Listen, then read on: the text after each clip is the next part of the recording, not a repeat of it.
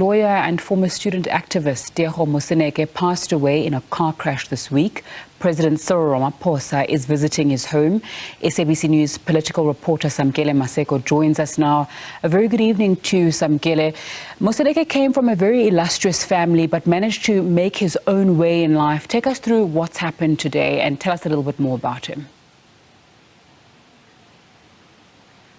Well, President Cyril Ramaphosa, President of the country and President of the African National Congress, is here to pay homage to the family of Mr. Tiego Moseneke, who passed away untimely in a car accident. Remember, he is the younger brother of the former Deputy Chief Justice Tiego Moseneke. He's also had an illustrious career within the legal fraternity and also in the business fraternity. But I'm going to bring in a family representative, another Mr. Moseneke, a younger one.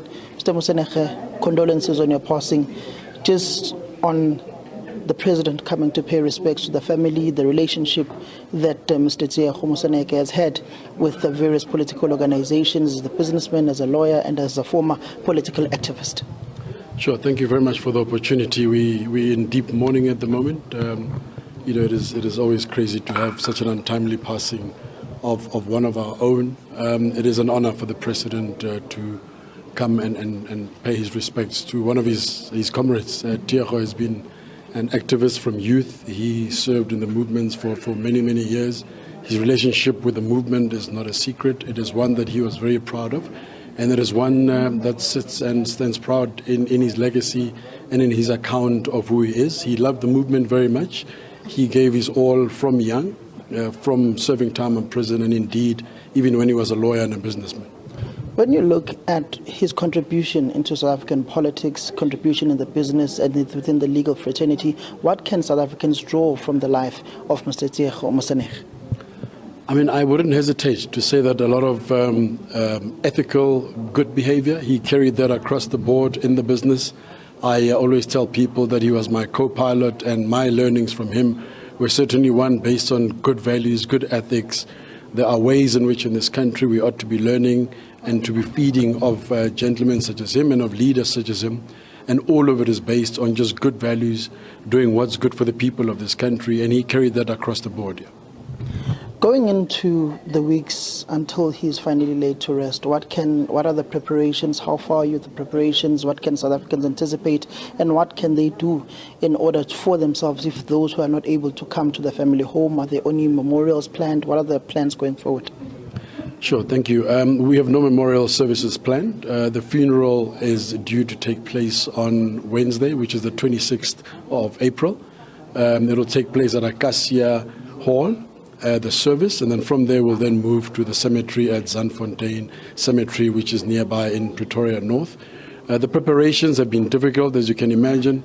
They've really kept us going because I think without them the family would be struggling. But everything is in order. For a gentleman of his caliber, we're expecting a large number of people to be there, but the family is ready and we've prepared to be able to accommodate the numbers that will be there to join us.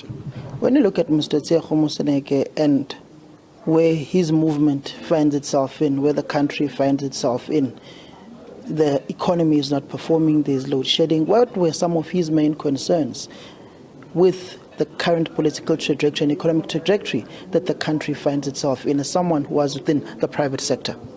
As a businessman, his concerns would be similar to any other leader in the business fraternity.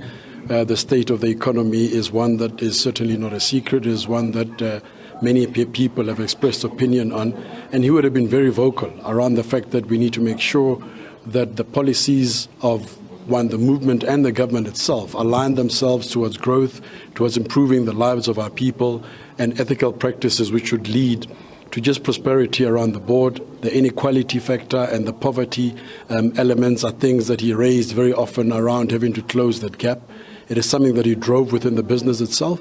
And certainly in his conduct, while he conducted many meetings with his comrades around how is it that the ANC itself can align itself to making a better place for the citizens. Yeah.